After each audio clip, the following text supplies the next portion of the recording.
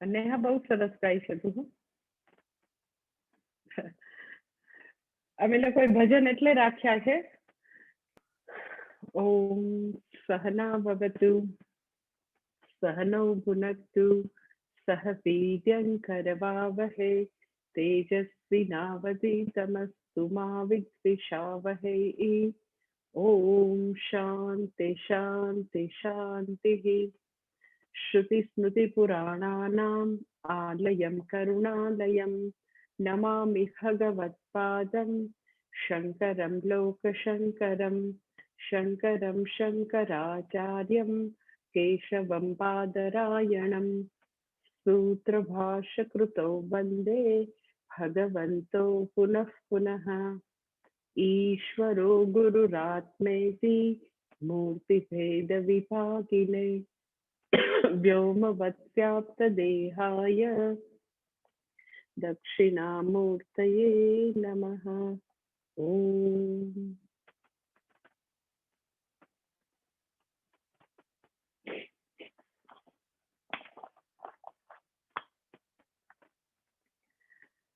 सर्ववेदांत सिद्धांत गोचरं तमगोचरं गोविंदं परमानंदं सद्गुरुं प्रणतोस्म्यहम्. વિવેક ચુડામણી બીજો શ્લોક આપણો ચાલે છે, બીજો જોઈએ. દુર્લભમ ત્રયમેવેતત દેવાનુગ્રહ હેતુકમ મનુષ્યત્વં મુમુક્ષુત્વં મહાપુરુષ સંશ્રયઃ. બીજો શ્લોક જે છે આપણે એની વાત કરતા હતા. શ્લોકમાં કહે છે કે ત્રણ વસ્તુ રેરેસ્ટ રેર છે, દુર્લભ છે. કઈ ત્રણ વસ્તુ? તો કે મનુષ્યત્વ, મુમુક્ષુત્વમ અને મહાપુરુષ સંશ્રય. અને આ ત્રણે દુર્લભ વસ્તુ જે છે એ પ્રાપ્ત થવા માટેનું એકમાત્ર રીઝન છે દેવાનુગ્રહ હેતુકમ. ઈશ્વરના અનુગ્રહથી આ ત્રણેય વસ્તુ પ્રાપ્ત થાય. મનુષ્યત્વ, મુમુક્ષુત્વમ, મહાપુરુષ સંશ્રય. તો ગયા સેશનમાં આપણે જોયું કે આપણને એવું લાગે કે મનુષ્યત્વ જે છે એ તો સહેજે મળી ગયું છે, આપણે બહુ મોટો આયાસ નથી કરેલો, કોઈ એવો પુરુષાર્થ આપણા પક્ષે નથી એવું આપણને લાગે, પરંતુ એવું નથી. આપણા સંચિત કર્મમાંથી ઘણી બધી પુણ્યની મૂડી ખર્ચાય ત્યારે તો કે મનુષ્ય જન્મ મળે. પાપ અને પુણ્ય બંને. એટલે પાપ અને પુણ્યનું એવું કોમ્બિનેશન પાકેલું હોય જેથી કરીને મનુષ્ય જન્મ મળે. એટલે મનુષ્ય જન્મ પ્રાપ્ત કરવા માટે આપણે પુણ્યની મૂડી ખર્ચેલી છે, સહેજે એમ જ નથી મળેલો આપણને. પછી આપણે ગઈ વખતે જોયું હતું કે મનુષ્ય જન્મની દુર્લભતા એ છે કે મનુષ્ય જન્મ એકમાં જ ભગવાને તો કે ફ્રી વિલ આપેલી છે, કર્મ કરવાની શક્તિ આપેલી છે, ઈચ્છા શક્તિ આપેલી છે, જ્ઞાન શક્તિ આપેલી છે. અને મનુષ્ય જન્મ જે છે એ એક જ જન્મ એવો છે, 84 લાખ યોનીમાં એક જ જન્મ એવો છે કે જેમાં મુક્તિનો અવકાશ છે, છૂટવાની, મોક્ષ પ્રાપ્તિની પોસિબિલિટી છે. બીજા બધા જન્મ છે, ગાયનો જન્મ હોય, ડોગનો જન્મ હોય, સિંહનો જન્મ હોય, ઇન્દ્રનો જન્મ હોય, અગ્નિદેવ તરીકે કોઈ પણ દેવતાનો, યક્ષ, કિન્નર, ગંધર્વ, જે 7 અપ લોકમાં રહેલા જે કોઈ જીવો છે એ જન્મમાં પણ મોક્ષ પ્રાપ્ત નથી. શા માટે? તો કે મોક્ષ જે છે પુરુષાર્થનો વિષય છે.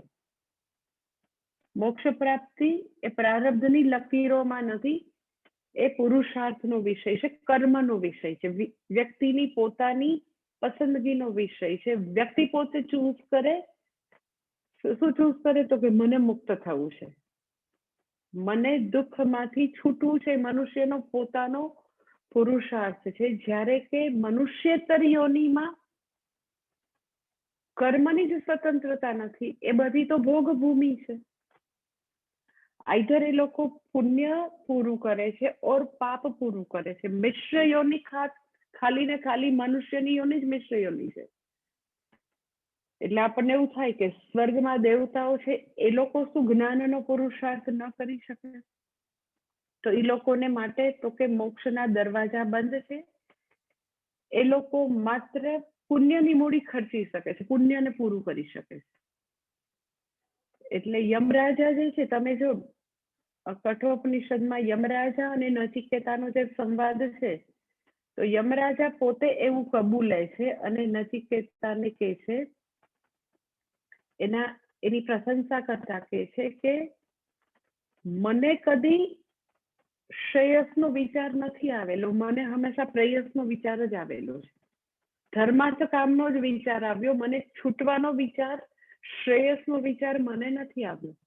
તું આટલો નાનો છો છતાં પણ તે આ વિચાર કર્યો, જ્યારે કે મેં તો આ બધી યામ્ય પદની જે યામ્ય પદ છે માંગ્યું, આવી બધી ગતિઓ મેં માંગી, મેં મુક્તિ ન માંગી. અને એટલા માટે મને આવી થેન્કલેસ જોબ મળી, આવું યમનું પદ મળ્યું. થેન્કલેસ જોબ એટલે કોઈ વ્યક્તિ એવું ન કે હા હો યમ દેવતા અમારી ઘરે આવજો, બધા જ તો કે ભાગ યમને એમ કહીથી જાઓ. તો એવું યામ્ય પદ મેં બહુ બધા યજ્ઞ યાગાદી અને બહુ બધી તપશ્ચર્યા કરીને કર્મો થકી મેં આવું બધું પ્રાપ્ત કર્યું.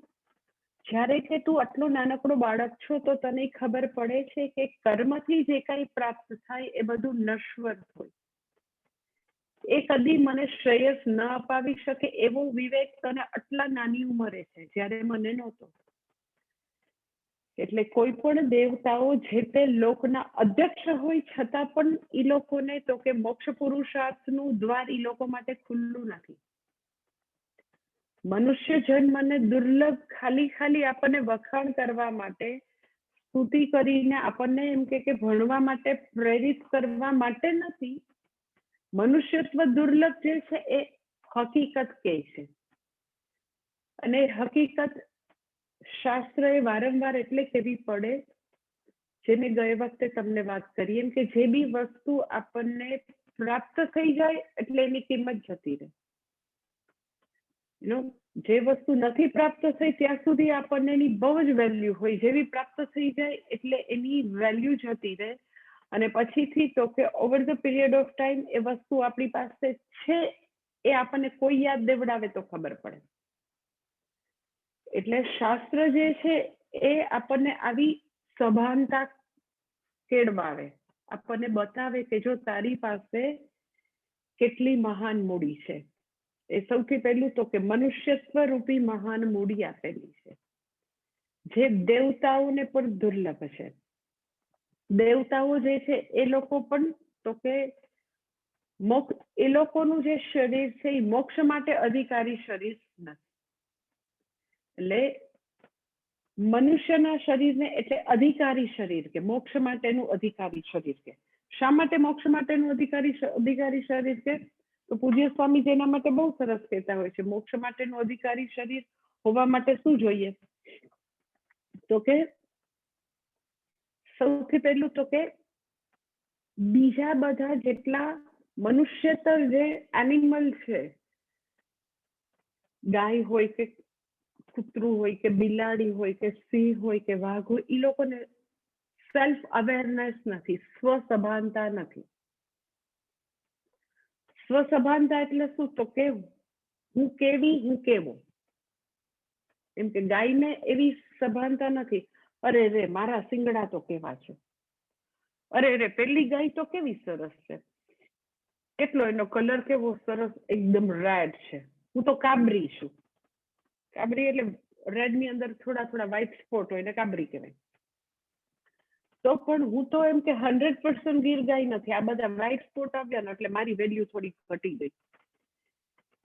અને એનો ગીર ગાય હોય ને એના 100% ગીર ગાયના બધા લક્ષણો હોય કે એનું પૂંછડું હોય ને છેક જમીન સુધી, આમ સારી ગાય હોય ને તો જમીન સુધી ટચ થતું હોય.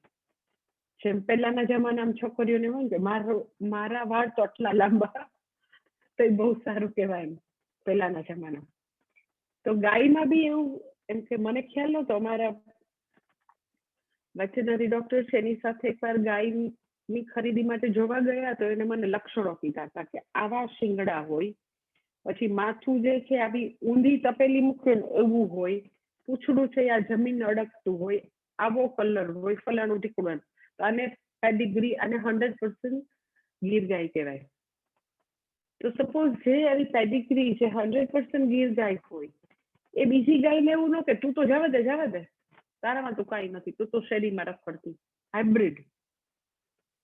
તો જે 100% આવી પેડિગ્રી ગીર ગાય હોય એને હું ગીર ગાય છું, મારું પૂંછડું જમીન સુધી અડકે, મારા શિંગડા એક્ઝેક્ટલી ગીર ગાયના હોય એવા જ છે, મારું માથું આવું છે, એવા પ્રકારની સ્વસભાનતા નથી, સેલ્ફ અવેરનેસ નથી. જ્યારે મનુષ્યને તો કે 100% સેલ્ફ અવેરનેસ છે. આપણને એમ થાય કે સેલ્ફ અવેરનેસ અને મોક્ષને શું કનેક્શન છે?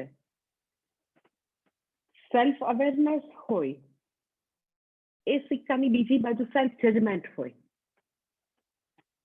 જેવું વ્યક્તિને એવી ખબર પડે કે પણ મારી તો સ્કિનનો કલર આવો છે, છોકરીને ખબર પડે, છોકરાને ખબર પડે, પણ મારી હાઈટ તો 5'2" જ છે, તો એ બહુ સારી હાઈટ ન કહેવાય.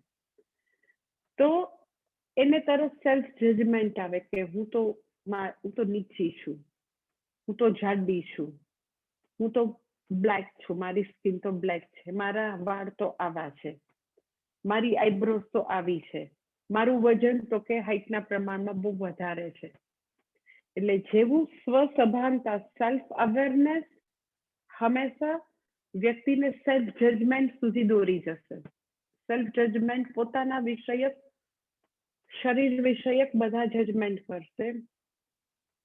પોતે જે કાંઈ કર્મો કરશે તો પોતે સફળ છે, નિષ્ફળ છે, પોતે લકી છે, અનલકી છે, હંમેશા એના નસીબ ખરાબ જ હોય, એવું પોતા વિશે જજમેન્ટ બાંધશે. એટલે દરેક વ્યક્તિ પોતાની જેવી પોતાની ઓળખ પોતે કરશે સ્વસભાનતા, એવા સ્વ વિષયક આવી બધી જજમેન્ટ બાંધ્યા કરશે. અને એનાથી એને પછી તો કે પોતાને દુઃખ થશે, પોતાને તો કે એવું થશે કે હવે આમ થઈ જાવ ને તો હું બરાબર થઈ જાઉં. એટલે સેલ્ફ જજમેન્ટમાં કોઈ દિવસ હું બરાબર છું, ઓકે છું એવું તો હોય જ નહીં. એટલે તેને જજમેન્ટ કહેવાય કે એ વ્યક્તિ જે છે એ અમસ્તું જુદા જુદા કોઈ દ્રષ્ટિકોણથી પોતાને મૂલવવાની અમસ્તી કોશિશ કરે. એટલે મનુષ્યત્વ જે છે એનાથી પછી તો કે સેલ્ફ અવેરનેસ, સેલ્ફ જજમેન્ટ, અપૂર્ણતા ચાલે, દુઃખ ચાલે, અને એટલા માટે એમાંથી છૂટવાનો પ્રયત્ન. ધેટ ઇઝ તો કે એને અપૂર્ણતા ગમતી નથી, અપૂર્ણતા સ્વીકાર્ય નથી. એટલે ત્યાં આગળ તો કે જરાક એવી મોક્ષની બારી ખુલશે, છૂટવું છે. એટલે સેલ્ફ જજમેન્ટ પોતા વિશે જે કરેલું છે કે હું ઓકે નથી, એ તો સ્વીકાર્ય નથી. કારણ કે હું બરાબર નથી એ સ્વીકાર્ય નથી, કારણ કે મારું સ્વરૂપ નથી એટલે સ્વીકાર્ય નથી. એટલે સ્વસ્વરૂપ પ્રાપ્ત કરવાનો પ્રયત્નની ત્યાં બારી ખુલ્લી છે. એટલે સેલ્ફ જજમેન્ટ છે વ્યક્તિને એવું એકદમ પોસિબલ છે કે વ્યક્તિને મોક્ષ સુધી પહોંચાડી દે, મોક્ષ એનામાં મોક્ષ ઈચ્છા ઊભી કરી શકે. એટલે એટલા માટે પણ તો કે મનુષ્યત્વ દુર્લભ છે, તેમાં સ્વસભાનતા છે. અને એ સેલ્ફ જજમેન્ટ પોતાની જે આવી બધી ભ્રાંતિ અને આવા પ્રકારના જે નિર્ણયો છે એમાંથી છૂટવાની એક દિવસ એને ઈચ્છા થશે. અને સેકન્ડ થિંગ કે મનુષ્ય જે છે એનો જન્મ તો કે એના માતા પિતાની, એની માતાની કુખે થાય છે, એક બાળક રૂપે જન્મ થાય છે. એટલે એક બીજું એવું બી વાક્ય તમે સાંભળ્યું હશે કે દેવતાઓને પણ તો કે માતૃત્વ જે છે દુર્લભ છે. આપણને આ તો બહુ વધારે પડતું એમ કે માતાની પ્રશંસા કરી, એવું થોડી હોય. દેવતાઓને તો સ્વર્ગમાં રહેતા હોય, એને શું વાંધો હોય? તો બરાબર છે, રંભા અને ઉર્વશી કદી માતા ન બની શકે. સાચે એને પૂર્ણ સ્ત્રી બનવાનું સૌભાગ્ય એ બધી અપ્સરાઓને નથી. એટલે દેવતાઓ અથવા તો સ્વર્ગના સિટીઝન જે છે એ કોઈ માતાની કુખે અવતરેલા નથી. એ લોકો બધા યુવાન જ જન્મે, યુવાન જ અપિયર થાય અને યુવાન જ ડિસેપિયર થઈ જાય. પૂજ્ય સ્વામીજી એમ જ જોકિંગલી કહેતા હોય કે ત્યાં આગળ સ્વર્ગમાં બધા સેવિંગ કિટ સાથે જ આવે, સીધે સીધા જુવાન જ આવે ને જુવાન એનું પુણ્ય પૂરું થાય એટલે એ ત્યાંથી ડિસેપિયર થઈ જાય, અદ્રશ્ય થઈ જાય. હવે મનુષ્યત્વ દુર્લભ એટલે શું? તો કે મનુષ્યનો જન્મ માતાની કુખે થાય એટલે એને અનકોન્શિયસ અને કોર ઇસ્યુઝ હોય. જે એવું એકદમ પોસિબલ છે કે એને મુક્તિ તરફ દોરી જાય. અગેન એ કોર ઇસ્યુઝ છે એને કોરી ખાય એટલે એને છૂટવાની ઈચ્છા થાય, અંદર અનકોન્શિયસ છે તો. એટલે પૂજ્ય સ્વામીજી જે છે ઘણી વાર એવું કહેતા હોય કે જે બી લોકો સંન્યાસી થાય, જે લોકો સંન્યાસી મીન્સ કે જે નોર્મલ લાઈફ નથી જીવતા, એબનોર્મલ ઓર એબો નોર્મલ લાઈફ જીવે છે, ઓર જે લોકો સાયકોલોજીનો વિષય પસંદ કરે છે, સાયકિયાટ્રિક, સાયકોલોજી, હ્યુમન સાયકોલોજી વિશે બહુ જાણવાની ઈચ્છા થાય, એ બધાની અંદર એવી કંઈક વસ્તુ પડેલી છે કે જેને એ ખૂંચે છે, એની કંઈક અનકોન્શિયસની કોર ઇસ્યુઝ ખૂંચે છે એટલે એને ત્યાં દોરી જાય છે.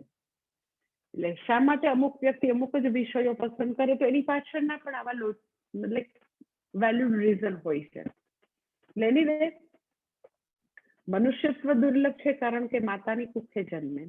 માતાની કુખે જન્મે એટલે કોર ઇસ્યુઝ છે. કેવા કોર ઇસ્યુઝ? તો કે નેચરલી એ જ્યારે જન્મે ત્યારે સંપૂર્ણપણે નિસ્સહાય, 100% નિસ્સહાય, 100% હેલ્પલેસનેસ છે. એ 100% ટ્રસ્ટ હોય તો જ તમે એને બેલેન્સ કરી શકો. એટલે એ 100% ભરોસો ક્યાં મૂકશે? તો કે નેચરલી માતા પિતા ઉપર ભરોસો મૂકે એટલે એને એવું થાય કે એ લોકો ઇન્ફેલેબલ છે, એ લોકો સર્વજ્ઞ છે, એ લોકો સર્વશક્તિમાન છે.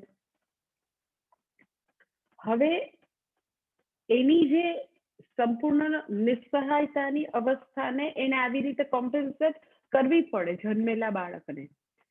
પરંતુ વિધિન નો ટાઈમ, સમય જતા 6-12 મહિનામાં, 1.5 વર્ષમાં, 2 વર્ષનું બાળક થાય ત્યાં સુધીમાં એને એવો ખ્યાલ આવી જાય કે મારા માતા પિતા સર્વજ્ઞ, સર્વશક્તિમાન નથી, ઇન્ફેલેબલ નથી. એ લોકો તો મર્યાદાવાળા સીધા સાદા મનુષ્યો છે. તો એ મોમેન્ટથી, જે મોમેન્ટે માતા પિતા ઇન્ફેલેબલ નથી પણ ફેલેબલ છે, એ લોકો પણ એવા અલ્પશક્તિમાન, અલ્પજ્ઞ, સીધા સાદા મનુષ્ય છે, એ લોકો ઇન્ફેલેબલ નથી, ભગવાન નથી, એવું જે દિવસે ખબર પડે વ્યક્તિને, એનો ટ્રસ્ટ તૂટી જાય માતા પિતા ઉપરનો, એ દિવસથી ઇન્ફેલેબલની સર્ચ ચાલુ થાય. એટલે તો પછી સર્વજ્ઞ, સર્વશક્તિમાન કોણ છે, ક્યાં છે? એ એવું નાનકડું 2-2.5 વર્ષનું બાળક હોય ત્યારથી આપણી અંદર એ સર્ચ ચાલુ થઈ જાય કે કોણ છે. તો એ કે મારે એની ઉપર પૂર્ણ ભરોસો મૂકવો છે તો જ હું મારી આ નિસ્સહાયતામાંથી બહાર આવી શકું. એટલે એવા પ્રકારની પોસિબિલિટી અગેન મનુષ્ય જન્મમાં છે, કારણ કે બિચારું આવું નાનકડું બાળક તરીકે એક ઇન્ડિપેન્ડન્ટ એન્ટિટી તરીકે જન્મ થયો, પરંતુ એવી પૂરેપૂરી બધી પાછી ભગવાને એવી ફેસિલિટી નથી આપી એના પોતાનામાં કે પોતાનું સ્વતંત્ર જીવન શરૂ કરી શકે. જેવી રીતે મેં તમને વાત કરી એમ કે ધારો કે ગાય એના બચ્ચાને જન્મ આપે તો એ ખરેખર એના 4 પગે ઊભું થઈને દોડવા માંડે. આજે જ સ્વામીજી ડિનર લેતા હતા તો મને વાત કરતા હતા, તને ખબર છે ઓલો ગંગાનો દીકરો? મેં કીધું હા ગૌતમ, મને ખબર છે. તો મને કહે એ 1 મંથનો પણ નથી અને અમારા બધા ગોવાળને ક્યાંય આમ એક ધક્કો મારીને પહોંચાડી. એટલે ધક્કો મારે એટલે કે ઉડી જાવ તમે, ઈ લેસ ધેન 1 મંથ છે. મેં કીધું સ્વામીજી એ આટા મારતો હોય તો હું જો સપોઝ ઘાસ દેવા જાઉં ને તો મને બી એકદમ ડર લાગે કે આનાથી આઘાર્યું. એને સમહાવ ગૌતમને, ગંગાના દીકરા, ગોલ્ફ કાર્ટ માટે કઈક ભયંકર પ્રેમ છે. ભયંકર એટલે યુ વિલ નોટ બિલીવ કે એને ખરેખર ગોલ્ફ કાર્ટમાં બેસવું હોય, જે અમારો ડ્રાઈવર હોય, કારણ કે હું તો ગોલ્ફ કાર્ટ સિવાય તો જઈ નથી શકતી, તો સીધો આવે ડ્રાઈવરના ખોળામાં બેસાય એઝ જો કે મને આમાં ચક્કર મરાવે ગોલ્ફ કાર્ટ. અને એટલો બધો એમ કે એ આમ તમારી ઉપર આમ સવાર થઈ જાય લેસ ધેન 1 month. અને ખાલી 4-5 days નો હતો ત્યારે હું એને ઓબ્ઝર્વ કરતી હતી, ગંગાનો દીકરો. એની માનું દૂધ એ પી નહોતો શકતો કારણ કે એની માના આંચળ મોટા છે, તો અમે રોજ એને એના માટેની સ્પેશિયલ બોટલ લાવે. આજે બી 3-4 ટાઈમ અમે એને એની જ માનું દૂધ બોટલથી પીવડાવીએ, એટલે આટલો બધો એનામાં તાકાત આવી ગઈ. તો 3-4 daysમાં અમે રોજે દૂધ પીવડાવીએ, અને 3 કે 4 દિવસમાં એ સૂકું ને લીલું ઘાસ એડલ્ટ થાય એટલું ખાવા માંડે છે, 3 or 4 daysમાં, અને આખો આસોમાં રખડતો હોય. તો આજે બી અમારી એક પેલી સૃષ્ટિ છે, એને એક વાછડીને જન્મ આપ્યો. સ્વામીજી એનું નામ સંહિતા રાખ્યું છે, આજે જન્મ થયો સંહિતા. તો સંહિતા આમ સીધી હાલવા જ માંડી, જન્મ થયો ને ચાલવા માંડે, અને કાંઈ એમ કે પરવા જ નહીં. તમે જો એટલે કાંઈ બી ફટાફટ પાણી પીવડાવો તો પી લે, દૂધ એની માનું ધોયેલું પડેલું હોય તો પોટલી બી પીવા માંડે. 24 hours નથી થયા તો એવી ઇન્ડિપેન્ડન્ટ બનીને રખડવા માંડી સંહિતા.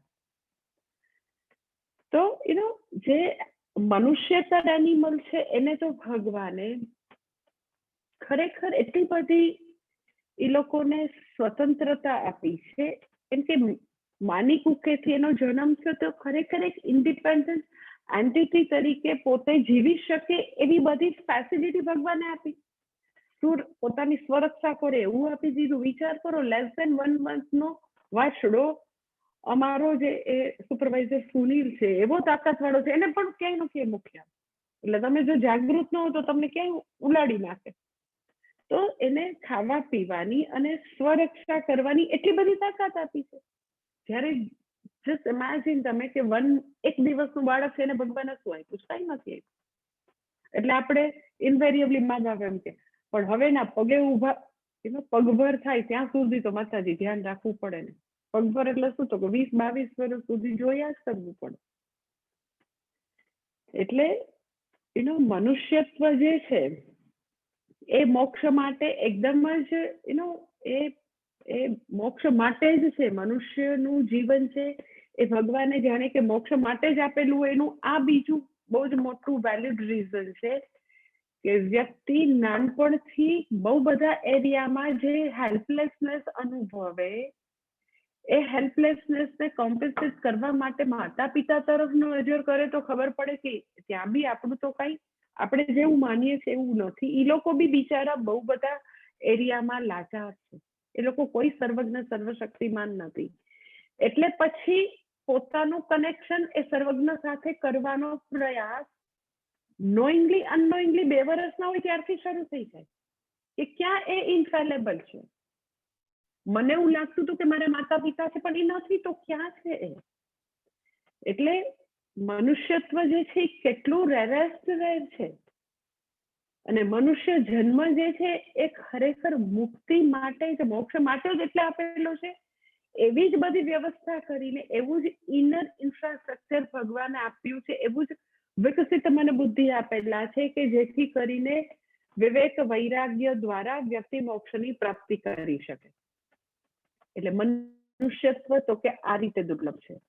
ઘણા બધા કારણોસર તમને ખબર પડે કે મનુષ્યત્વ, મનુષ્ય હોવું એ કેટલું દુર્લભ છે. પછી પૂજ્ય સ્વામીજી હજી પણ એક વસ્તુ આમાં એડ કરતા હોય છે કે મનુષ્યપણું દુર્લભ છે, મનુષ્ય શરીરે જન્મવું દુર્લભ છે, આ બધા કારણોસર. અને બીજું મનુષ્યપણું બીજું પણ છે, એ પણ દુર્લભ છે. ધેટ ઇઝ તો કે મનુષ્ય શરીર મળે અને માનવીય ગુણો પણ મળે. એટલે માનવતા હોય, મનુષ્ય હોય એટલે આપણે એમ કહીએ ને, હું માનવી માનવ થાવ તોય ગણ. એટલે એ એક માનવતાના ગુણો વાળો મનુષ્ય જન્મ એ પણ દુર્લભ છે. ખાલી મનુષ્યપણું નહીં, પણ ખરેખર એવા પાછી માનવીય ગુણો પણ હોય. તો એ બધું જ તો કે દુર્લભ છે. અને પછી બીજું ભગવાન એનાથી બી દુર્લભ વસ્તુ કે છે, ધેટ ઇઝ મુમુક્ષુત્વ. એટલે હવે મનુષ્ય જન્મ ભગવાને આપ્યો. મેં તમને કીધું કે બધી જ આસપાસનો માહોલ, ઇનર એન્ડ આઉટર ઇન્ફ્રાસ્ટ્રક્ચર એવું છે કે વ્યક્તિ ખરેખર ચાહે તો જરૂર મોક્ષનો પુરુષાર્થ કરી શકે એવી બધી જ ભરપૂર પોસિબિલિટી વાળો જન્મ આપ્યો, કર્મભૂમિ આપી. નો ડાઉટ ભોગભૂમિ પણ છે, એની હું ના નથી પાડતી કે વ્યક્તિમાં કર્તૃત્વ પણ છે, ભોક્તૃત્વ પણ છે. બાકીનામાં ખાલી ભોક્તૃત્વ છે. ગાય છે એમાં તો કે ખાલી ભોક્તૃત્વ જ છે, એ ખાલી પોતાના કર્મો છે ભોગવે છે. મનુષ્યમાં બંને છે, ભોગવે બી છે, નવા ઉભા બી કરે છે. એટલે મનુષ્ય જન્મ દુર્લભ છે. એટલે મેં તમને ગઈ સેશનમાં વાત કરી કે આ એક જ જન્મ એવો છે કે જેમાં આપણે પુણ્યની મૂડી બાંધી શકીએ. જ્યારે આ પૃથ્વી ઉપરથી વિદાય લઈએ ત્યારે પુણ્યની બેગ ખૂબ ભારે હોય એવો સંકલ્પ કરીને આપણે આપણું જીવન જીવી શકીએ છીએ. ગાય માટે કે સિંહ કે વાઘ માટે પોસિબલ નથી. એ આખી લાઈફ મનુષ્યને દૂધ આપે તો બી એ પુણ્ય નથી બાંધી શકતી, કારણ કે કર્મભૂમિ છે જ ને, એ ભોગભૂમિ છે. એટલે કર્મો બાંધવાની પોસિબિલિટી માત્ર મનુષ્ય શરીરમાં, એટલે દુર્લભ છે, રેરેસ્ટ રેર છે. અને બીજું એવું રેરેસ્ટ રેર વસ્તુ તો કે મુમુક્ષુત્વ. મુમુક્ષુત્વ એટલે શું? તો કે મુમુક્ષુપણું એટલે મોક્તુમ ઈચ્છા, મુક્ત થવાની ઈચ્છા. શેમાંથી મુક્ત થવું છે? તો કે નેચરલી જે મને જોઈતું નથી એમાંથી. શેમાંથી મુક્ત થવું છે? મોક્ષની વ્યાખ્યા શું? તો કે મુક્ત થવું છે, દેટ ઇઝ મોક્ષ. તો નેચરલી કોઈને સુખમાંથી, કમ્ફર્ટમાંથી, કોઈને પ્રેમ કરે, love and care and compassion, એ બધામાંથી તો મુક્ત થવું જ ન હોય. શેમાંથી મુક્ત થવું હોય? તો કે દુઃખમાંથી, હતાશામાંથી, નિષ્ફળતામાંથી, તકલીફોમાંથી, ત્રિવિધ તાપમાંથી, કોઈના અપમાનમાંથી, હર્ટમાંથી, ગિલ્ટમાંથી, એ બધું નથી જોઈતું. એટલે મોક્ષ એટલે શું? તો કે મનુષ્ય માત્રને જે જોઈતું નથી. દુઃખ તમે કોઈને બી પૂછો તો કોઈને બી દુઃખ નથી જોઈતું. તો મને જે જોઈતું નથી એમાંથી મુક્તિ, દુઃખમાંથી મુક્તિ, દેટ ઇઝ કોલ્ડ મોક્ષ. તો એ મુમુક્ષુત્વ જે છે એ દુર્લભ છે. તો તમને એવું થાય કે ના મુમુક્ષુત્વ તો એમ કે બધાને દુઃખમાંથી તો છૂટવું જોઈએ. કોને દુઃખમાંથી ન છૂટવું? બધા લોકો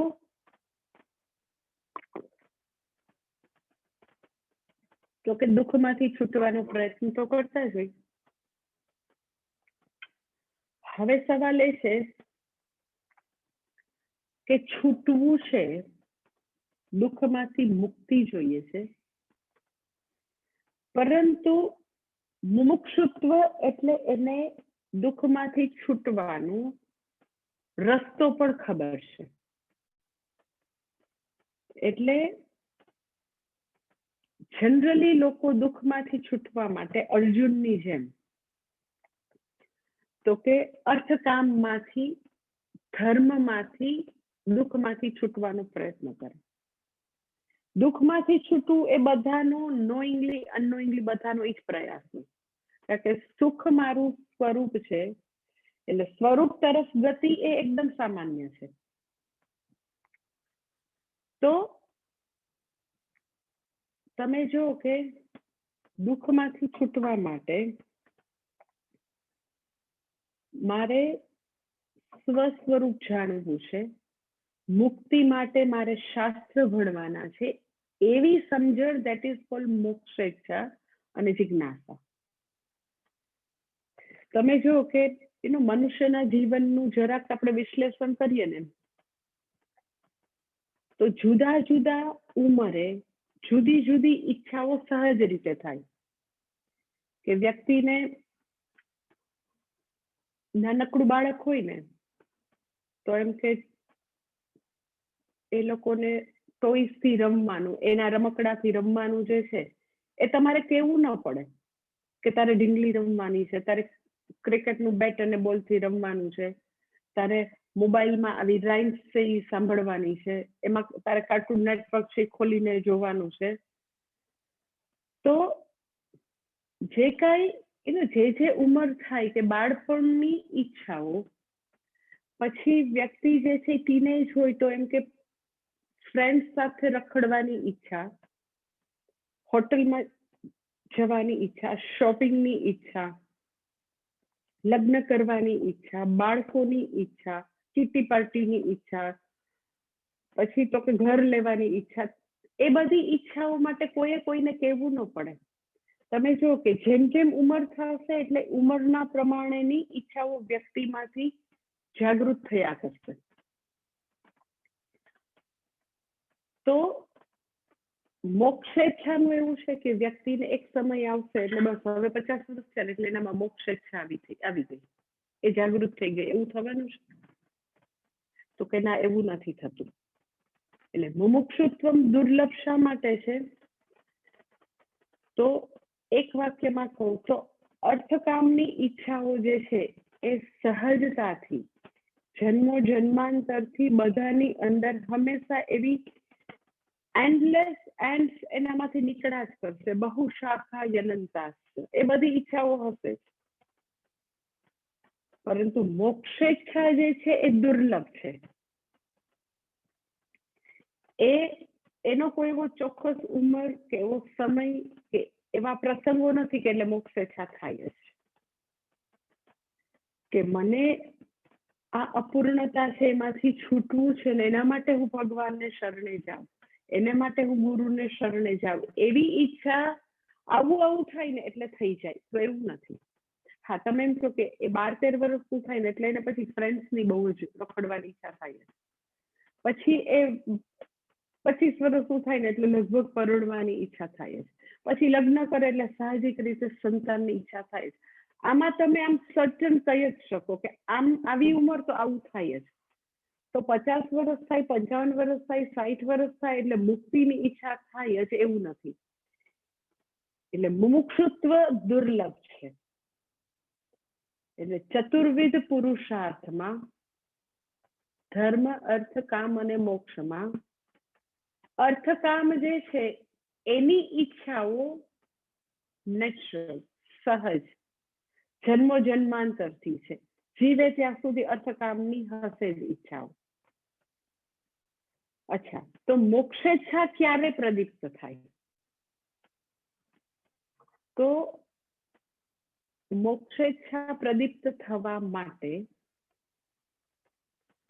અર્થકામ જે છે, અર્થકામની જે કઈ વસ્તુઓ છે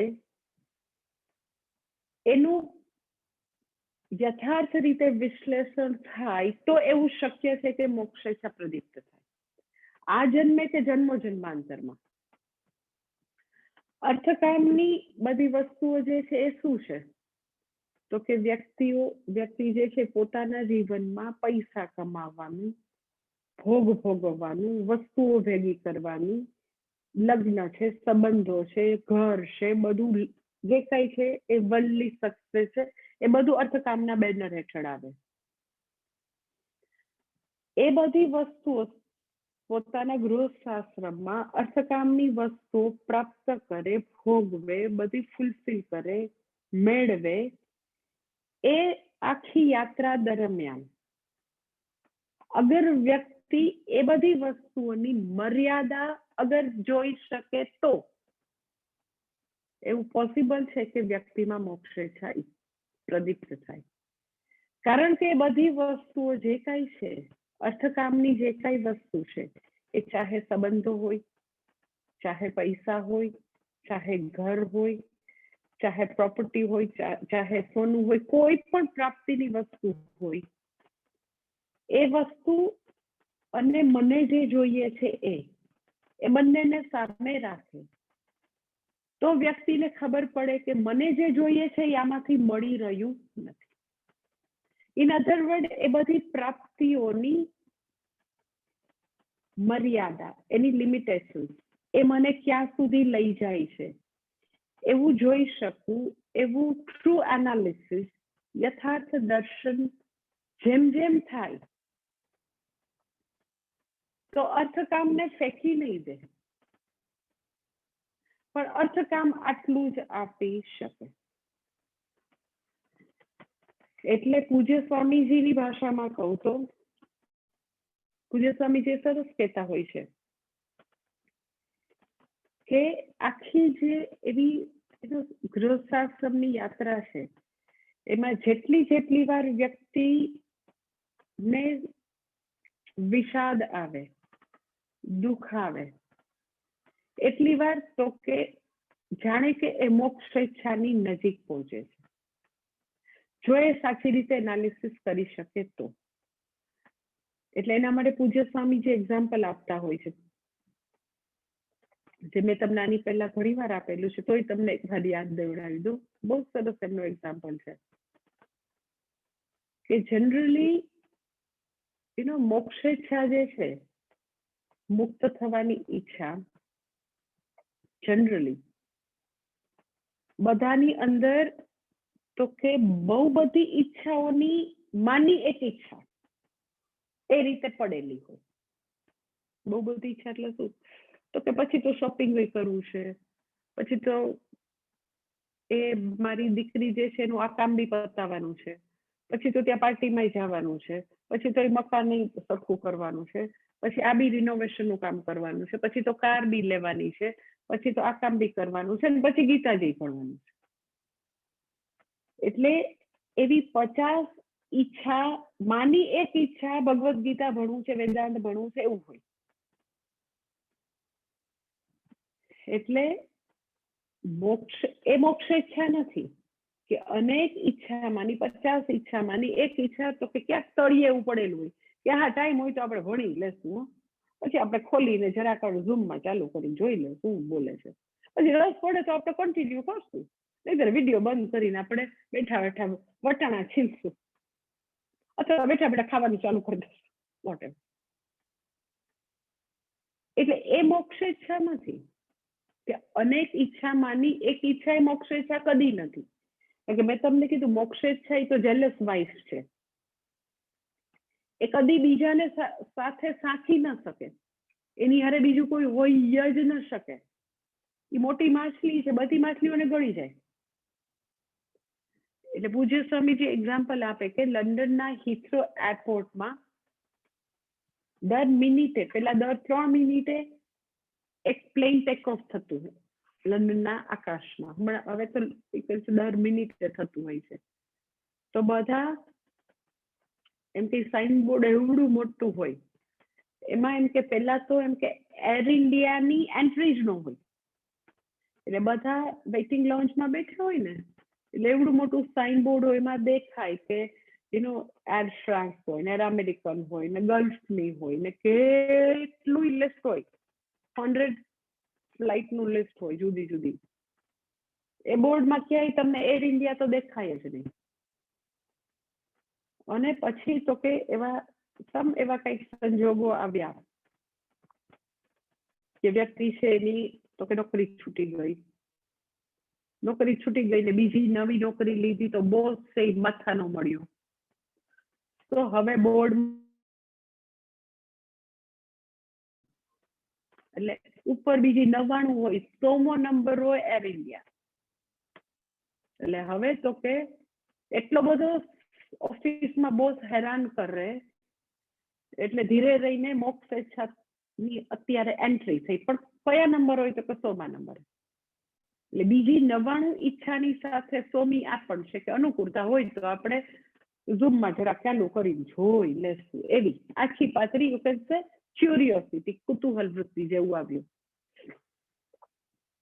પછી એ વેઇટિંગ લોન્જમાં બધા બેઠા હોય ને, તો જે ફ્લાઇટ ટેક ઓફ થાય એ વેઇટિંગ લોન્જમાં જોકા ખાતા લોકો, ત્યાં બધા જોકા જ ખાતા હોય વેઇટિંગ લોન્જમાં, જોકા ખાતા લોકોનું ધ્યાન દોરવા માટે જે ફ્લાઇટ ટેક ઓફ કરે ને, એટલે ગળગળ એવો મોટેથી અવાજ આવે, જેથી કરીને જે ફર્સ્ટ નંબરમાં એબ્સ્ટ્રોન સોઈ ગઈ ખબર પડે, એટલે ધારો કે પોતાની જ્યાં બી હોય તેને ખબર પડે કે મારી ફ્લાઇટ હવે એક નંબર ઉપર આવી છે, એટલે પોતાને પોતાના ટાઈમની ગણતરી ખબર પડે. એટલે પૂજ્ય સ્વામીજીનું એક્ઝામ્પલ બહુ જ સરસ છે કે એવરી ગડબડા, જે બી ફ્લાઇટ ટેક ઓફ થાય એટલે ગડગડ અવાજ આવે, એટલે જે 100મા નંબરે એર ઇન્ડિયા હોય એ 99 આવે, વળી ગડગડ થાય એટલે 99 વાળું 98 આવે. એવરી ગડગડા એવો બહુ જ મોટો નોઈઝ થઈ શું છે તો કે દરેક વખતે સંસારના દુઃખ, ખતા થાય, હતાશા, તકલીફો આવે ત્યારે વ્યક્તિ થોડું પોતાની જાત સાથે બેસીને એનાલિસિસ કરે કે કઈ વસ્તુ મને સુખ આપે છે. મેં તો સંબંધોમાં આવું સુખ સુપરઇમ્પોઝ કરેલું હતું, એવું લાગતું હતું કે સ્પાઉસ જે છે પતિ પત્ની એકબીજાને સુખી કરી દેશે, પણ આમાં તો સુખનો છાંટોય નથી. એવું લાગતું હતું કે બાળકો જે છે એ સુખી કરી દેશે, પણ એ તો ટોટલી તો કે નીચોવી નાખે છે. ત્યાં સુખનું તો છે જ નહીં, જે છે એ વન વે સંબંધ છે, ખાલી ત્યાં ગીવર તરીકેનો જ રોલ છે. એટલે ઇટ ડઝન્ટ મીન કે વ્યક્તિ બધું ફેંકી દે છે, પરંતુ વ્યક્તિ પોતાનો ધર્મ બરાબર બજાવતી હોય, પોતે સામાન્ય ધર્મ અને વિશેષ ધર્મને બરાબર બજાવતી હોય, પોતે સત્ય અને પ્રમાણિકતાની રાહ પર હોય, પોતે as a mother, as a father બરાબર કર્તવ્ય કર્મ બજાવતા હોય, તો એવા લોકોને ભગવાન આવું વિશેષ ગિફ્ટ આપે, એની ઉપર આવું પુણ્ય કરે કે દરેક દુઃખ વખતે એ સાચું એનાલિસિસ કરી શકે. અરે આટલું બધું વિષાદ કેમ છે, મને સુખ જોઈએ છે તો સુખ ક્યાં છે? મને તો એમ હતું કે લગ્ન થવાથી સુખી થઈ જવાશે, મને એમ હતું કે બંગલો થઈ જવાથી સુખી થઈ જવાશે. એટલે દરેક વિષાદ વખતે તો કે એર ઇન્ડિયા જે તળિયે પડેલી ફ્લાઇટ હતી એ સ્લોલી એક સ્ટેપ દરેક વિષાદ વખતે એની મોક્ષેચ્છા ગ્રેજ્યુઅલી પ્રદીપ્ત થતી રહે. પહેલા મેં તમને કીધું કે 100 ઈચ્છાઓ, અર્થકામની 100 ઈચ્છામાંની એક ઈચ્છા હતી. પછી વ્યક્તિનો વિવેક, એની એનાલિસિસ પાવર, એનું જે કઈ જીવનના અનુભવોને જે શીખવું એ આર પાર જોવે છે તો એને ખબર પડે છે અરે આમાં તો સુખ નથી, મને જે પરમ સુખ જોઈએ છે એ સંબંધોમાં નથી, એ પૈસામાં નથી, એ કોઈ વર્લ્ડલી સક્સેસમાં નથી, એ કોઈ પોઝિશનમાં નથી, એ કોઈ પાવરમાં નથી, સત્તામાં નથી, કશે નથી. તો ક્યાં છે? એટલે એક એક વસ્તુ ખોલી ખોલીને એને જોઈ લીધી છે. જે કઈ એની પાસે અર્થકામની જે બી વસ્તુ અવેલેબલ છે એ બધાનું હવે એને યથાર્થ રીતે પરીક્ષા કરી લીધી. મુંડકોપનિષદમાં જે છે ને પરીક્ષે લોકાન, બરાબર પરીક્ષા કરી લીધી અને એને ખ્યાલ આવ્યો કે અહીંયા તો નથી. અને જો શાસ્ત્ર પોકારી પોકારીને કહેતા હોય કે તું જ સુખ સ્વરૂપ છો, તું જ સચ્ચિદાનંદ આત્મા છો, તો મારે હવે શાસ્ત્ર ભણવા છે. શાસ્ત્ર મને એવા હુંની પ્રાપ્તિ કરાવે કે જે પૂર્ણ આનંદ સ્વરૂપ હોય, તો મને એ જોઈએ. એટલે જે તળિયે પડેલી એર ઇન્ડિયાની ફ્લાઇટ છે, 100મા નંબરે છે, ધેટ ઇઝ નોટ મોક્ષેચ્છા. એ દરેક વિષાદ વખતે એ એર ઇન્ડિયા એ મોક્ષેચ્છા દરેક વખતે એક એક સ્ટેપ ઉપર આવશે, અને જ્યારે ફર્સ્ટ નંબરે આવી જશે એર ઇન્ડિયા, બાકીની બધી નીચે છે, બાકીની બધી સબસો હવે એમાં યુ કેન સે સમાઈ ગઈ છે, મોક્ષેચ્છાની અંદર બધી સમાઈ ગઈ છે. જે દિવસે ફર્સ્ટ નંબરે મોક્ષેચ્છા આવી જશે, પ્રાયોરિટી લિસ્ટમાં સૌથી પહેલું, તો તમે માનજો કે આપણું શ્રેયસનું પ્લેન તો ટેક ઓફ કરી શકે, અધરવાઇઝ ટેક ઓફ નહીં થાય. એટલે જનરલી લોકોને મોક્ષ છે એટલે શું હોય ખબર છે કે આપણે આપણી જમવાની થાળી હોય ને એમાં એમ કે રોટલી ને દાળ ભાત શાક ને શ્રીખંડ ને પૂરી ને બધું હોય ને બધું પછી પિકલ કેવું હોય વાટકો ભરીને તો ન હોય ને એટલે અર્થકામ જે છે ને એ સ્ટેપલ ફૂડ છે અને મોક્ષ છે એ પિકલ થોડું ખાટું મીઠું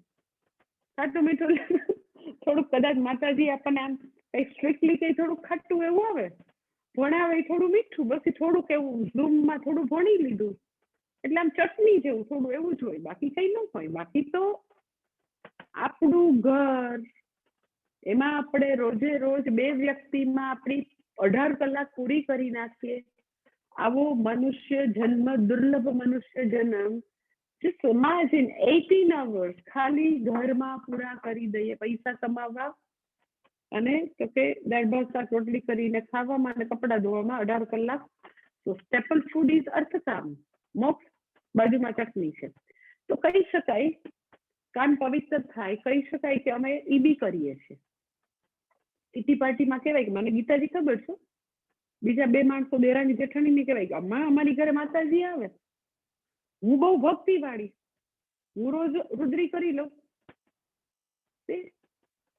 that is not મોક્ષેચ્છા મોક્ષેચ્છા એટલે તો કે અર્થકામનો પુરુષાર્થ એનો ચાલ્યો ગયો છે એવું જરા પણ નથી પણ અર્થકામના પુરુષાર્થની ધર્મના પુરુષાર્થની લિમિટેશન્સ એક્ઝેક્ટલી એને ખબર છે કે એ ત્રણે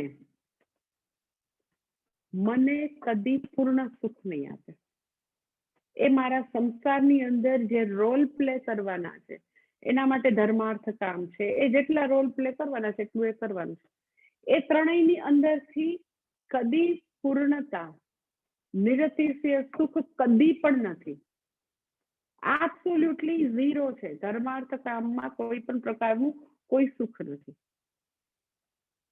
તમે એમ કહો ધર્મમાં નથી તો ધર્મનો પુરુષાર્થ ને તમે બે રીતે જોઈ શકો પહેલો તો ધર્મનો પુરુષાર્થ જે છે એ જનરલી વૈદિક લોકો જે બધા મીન્સ કે શાસ્ત્ર ને બરાબર જાણે એ લોકો તો કે જુદા જુદા પૂજાઓ કરે જુદી પ્રાર્થનાઓ કરે યજ્ઞ યાગાદિ કરે શેને માટે તો કે જુદી જુદી વસ્તુઓની પ્રાપ્તિ માટે સાધન સાધ્ય એટલે આવા પ્રકારની હું પ્રેયર કરું તો મને આવું પ્રાપ્ત થાય આવા પ્રકારનો યજ્ઞ કરું તો મને લક્ષ્મીનો યોગ થાય આવા પ્રકારની કમળથી વિષ્ણુ લક્ષ્મીની પૂજા કરું ધનતેરસના દિવસે તો મને આવું મળે એટલે કહેવાય ધર્મનો પુરુષાર્થ પરંતુ એ વધારે અર્થકામ માટે છે રાવણે બહુ બધી ભક્તિ કરી શેના માટે તો કે વધારે અર્થકામ માટે એટલે ધર્મનો પુરુષાર્થ જે છે એ પણ તો કે ઇના વે જે લોકોને પ્રેયર થકી આર્થ અને અર્થાર્થી ભક્ત છે એના માટે પ્રેયર થકી તો કે એ લોકો વધારે અર્થકામ જ પ્રાપ્ત કરતા હોય અને આપણો પ્રોબ્લેમ એવો છે કે એવી રિલિજિયસ લાઈફ જીવનારાને આપણે એવું માનીએ છીએ કે એ લોકો આધ્યાત્મિક લોકો છે રિલિજિયસ લાઈફ અને સ્પિરિચ્યુઅલ લાઈફ બે વસ્તુ ટોટલી જુદી છે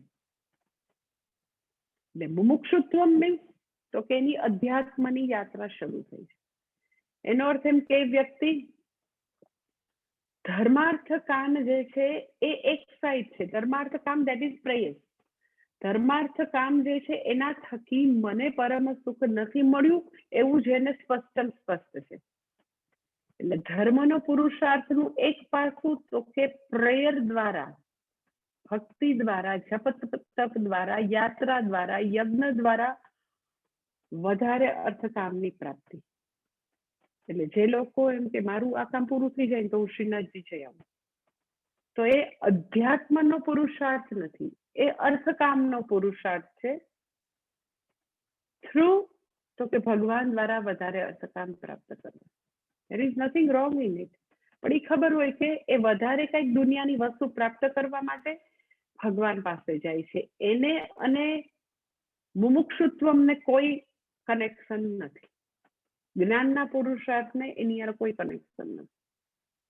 એટલે જ્ઞાન પ્રાપ્ત કરવું અને એક પગે ઊભા રહીને ઓમ નમો ભગવતે વાસુદેવાય 6 મહિના સુધી જપવું, એને અને વેદાંતનું અધ્યયન કરવું, મુક્તિ માટે પ્રયત્ન કરવું, એ બેને કોઈ કનેક્શન નથી. કારણ કે એ અર્થકામનો પુરુષાર્થ છે.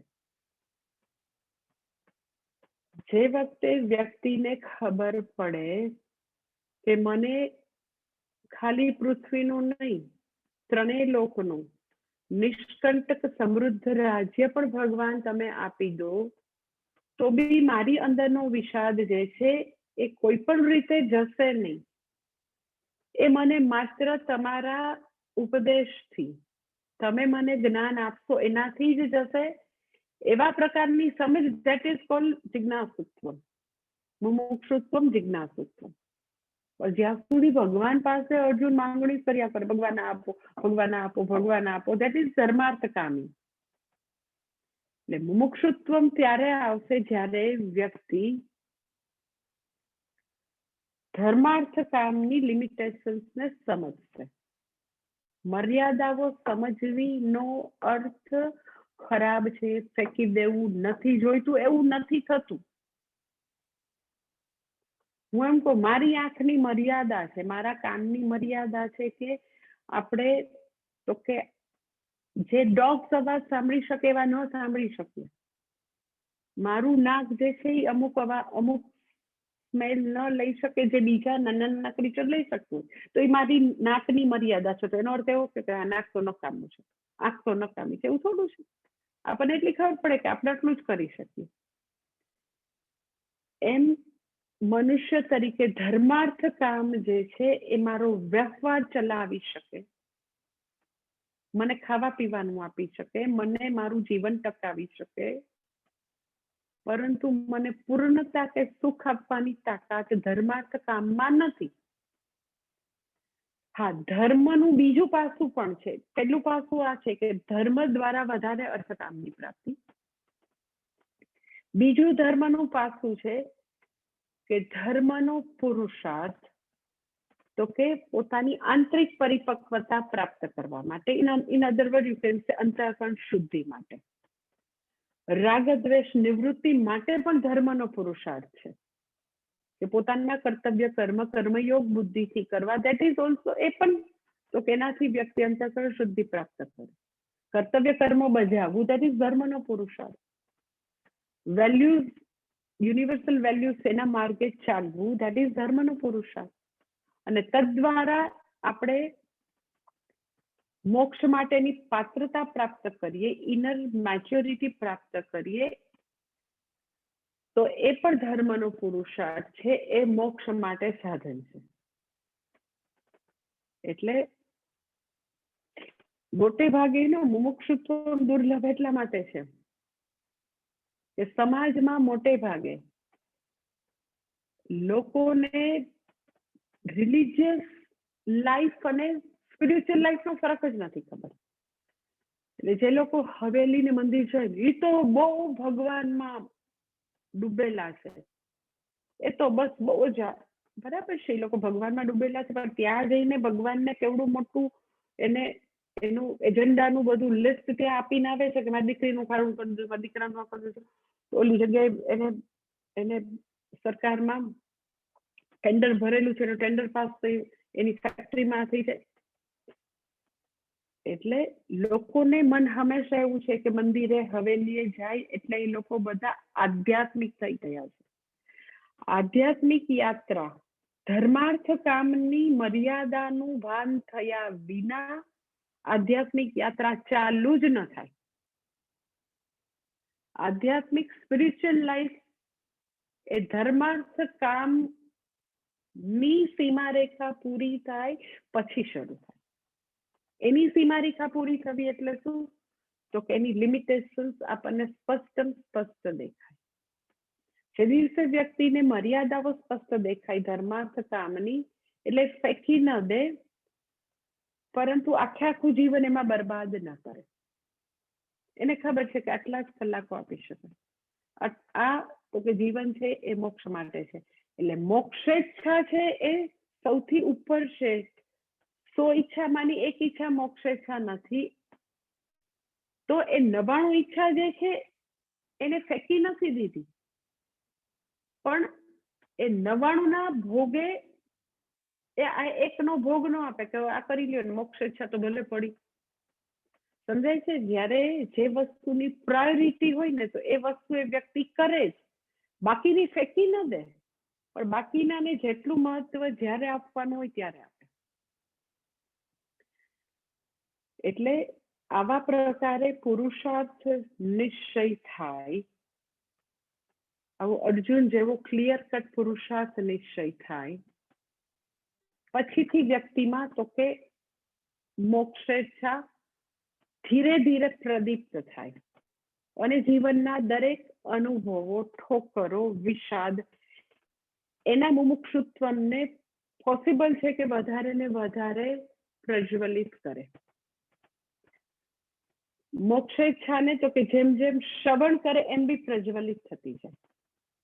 કારણ કે જે બધા પોતાના અનુભવથી જે બધું દુઃખ હોય, જે વિષાદ હોય, નિષ્ફળતા હોય, એ બધા અનુભવોનું આપણે બહુ છૂટું પાડીને સરખું વિશ્લેષણ ન કરી શક્યા હોય, તો શ્રવણ દરમિયાન એ બધા ગૂંચડા છે એ આમ ચોખ્ખા થતા જાય. શ્રવણ જે છે, તમે જે શ્રવણ કરી રહ્યા છો એ ખરેખર શું છે? પોતાની જાતને મળવાનો એક અવસર છે. અત્યારે તમે શ્રવણ કરી રહ્યા છો એ ખરેખર દરેકની પોતાની એક ઇનર જર્ની છે. દરેક પોતાના અનુભવોને પોતે ફ્લેશબેકમાં જોવાનું ટ્રાય કરતા હોય. જે વસ્તુઓ પોતે સમજી નથી શક્યા પોતાના જીવન દરમિયાન, એ બધું શાસ્ત્રો આપણને ધીરે ધીરે ખોલીને બતાવે. એટલે નોઈંગલી અનનોઈંગલી પુરુષાર્થ નિશ્ચય મુમુક્ષુત્વમ આપણું તેજસ્વી થતું જાય, પ્રબળ થતું જાય અને ધીરે ધીરે દીપ્ત શિખાવત થાય. એટલે મેં તમને કીધું કે પછી તો કે આપણી શ્રેયસની યાત્રા, શ્રેયસનું પ્લેન જે છે એ પછી ટેક ઓફ કરે. એટલે મુમુક્ષુત્વમ જે છે એ એટલા માટે દુર્લભ છે કે મોટા ભાગના માણસો અર્થકામમાં ડૂબેલા. પછી તમને એવું લાગે કે ના આ તો બહુ ભક્તિ કરે. ઓકે, ઈ લોકો પણ ભલે ભક્તિ છે પણ અર્થકામની ભક્તિ છે. ઓલા લોકો ખાલી ફેક્ટરીમાં કામ કરીને વધારે અર્થકામની પુરુષાર્થ કરે છે. આ ફેક્ટરીમાં બી કામ કરે છે ને 5 માળા દ્વારા પણ અર્થકામની યાચના કરે છે. પણ છે અર્થકામની જ યાચના. એક વ્યક્તિ ફેક્ટરી અને અર્થકામ, એક વ્યક્તિ ફેક્ટરી પ્લસ શ્રીમદજી જવાનું, પણ છે તો અર્થકામ. તો મુમુક્ષુત્વમ દુર્લભ, કારણ કે મોટા ભાગના માણસો 4 પગવાળા એનિમલની જેમ અર્થકામમાં જ ડૂબેલા છે. એનાથી આગળ પૈસો કમાવો, ભેગું કરવું ને ભોગવો, એનાથી આગળ દેખાતું નથી. કોઈકને વળી આસ્તિક વ્યક્તિ છે, બહુ જ ધર્મમાં ડૂબેલી છે, રોજ હવેલી જાય છે, રોજ મંદિરે જાય છે, રોજ અભિષેક કરે છે, તો એને જ ખબર છે કે એના બેક ઓફ ધ માઇન્ડ એ ભગવાન પાસે શું વિનવણી કરે છે? ભગવાન મને જ્ઞાન આપો, ભગવાન મને મુક્ત થવું છે, ભગવાન મને અંતઃકરણ શુદ્ધિ જોઈએ, એવું માંગે છે કે વધારે અર્થકામ માંગે છે? તો એને જ ખબર હોય. એટલે મોટા ભાગના લોકો અર્થકામમાં ડૂબેલા, સોકલ ધર્મોનો પુરુષાર્થ કરનારા પણ ખબર નથી, લાઈક ધ્રુવજી અને દ્રૌપદી ને ગજેન્દ્રની જેમ આર્ત અને અર્થાર્થી જ છે. હવે એમાંથી કોણ એવા લોકો હોય કે આ ત્રણેય વસ્તુને યથાર્થ રીતે સમજી અને પછી તો કે મને મોક્ષો મેં ભૂયાત, મને મોક્ષ જ જોઈએ છે, ધર્માર્થ કામ મને જે જોઈએ છે એ આપવાની તાકાત એમાં નથી, માટે મોક્ષ જે છે પ્રાયોરિટી લિસ્ટમાં ફર્સ્ટ લેવલે સૌથી પહેલું હોય એવા પ્રકારની એવું મુમુક્ષુત્વમ, પ્રદીપ્ત મુમુક્ષુત્વમ તો કે રેસ્ટ રહે છે. અને હજી વધારે તો કે મુમુક્ષુત્વ દુર્લભ કેવી રીતે છે, હજી વધારે કાલે જોઈ લે. ઓમ પૂર્ણમદ પૂર્ણમિદમ પૂર્ણાત પૂર્ણમુદચ્યતે પૂર્ણસ્ય પૂર્ણમાદાય પૂર્ણમેવાવશિષ્યતે. ઓમ શાંતિ શાંતિ શાંતિ. હરિ ઓમ શ્રી ગુરુભ્યો નમઃ. હરિ ઓમ.